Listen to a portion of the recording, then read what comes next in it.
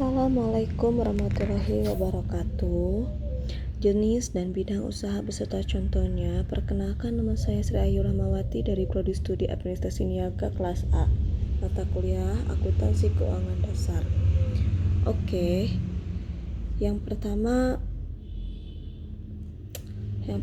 yaitu perusahaan dagang. Perusahaan dagang adalah perusahaan yang membeli barang jadi dan langsung menjualnya tanpa mengolah barang. Contohnya serba. Yang kedua, perusahaan jasa. Perusahaan jasa adalah perusahaan yang kegiatannya hanya menjual jasa. Contohnya dokter yang pekerjaannya menghasilkan jasa dalam bidang kesehatan. Dan yang ketiga adalah perusahaan manufaktur. Manufaktur adalah perusahaan yang kegiatannya mengolah bahan baku menjadi bahan jadi. Contohnya pabrik kayu yang mengolah bahan baku seperti kayu lalu menjadikan seperti pintu, jendela, lemari, dan sebagainya. Dan yang keempat, perusahaan perseorang.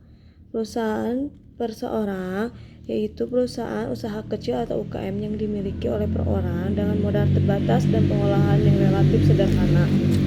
Contohnya itu tukang bakso keliling yang hanya menjual bakso dan menggunakan roda dan keliling dengan modal sendiri.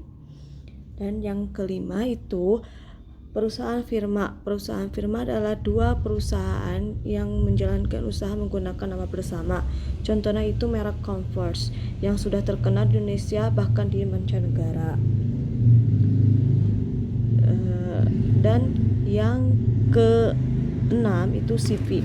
CV adalah perusahaan komoditer, adalah suatu bentuk badan usaha yang didirikan oleh dua orang atau lebih, sebagian memiliki tanggung jawab yang tak terbatas atau sekutu aktif, sebagian lagi memiliki tanggung jawab yang terbatas atau sekutu diam. Contohnya CV itu Vira Herbalinho. Nah, dan yang ketujuh itu adalah PT atau badan usaha yang didirikan berdasarkan aturan Indonesia yang diatur dalam undang-undang dan modalnya dengan berupa saham. Contohnya itu PT Mahama Mandiri Jaya. Dan yang kedelapan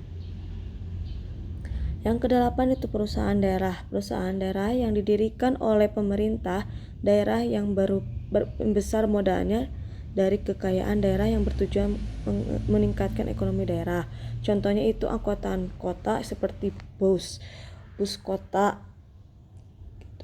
Dan yang kesembilan, perusahaan kayak perusahaan umum atau perum, yang suatu perusahaan yang dimiliki suatu badan usaha miliki negara dan modal yang dimiliki oleh suatu pemerintah negara. Contohnya Pegadaian, perusahaan yang banyak bergerak pada lini bisnis peminjaman. Oke, sekian penjelasan singkat dari saya. Terima kasih atas perhatiannya. Wassalamualaikum warahmatullahi wabarakatuh.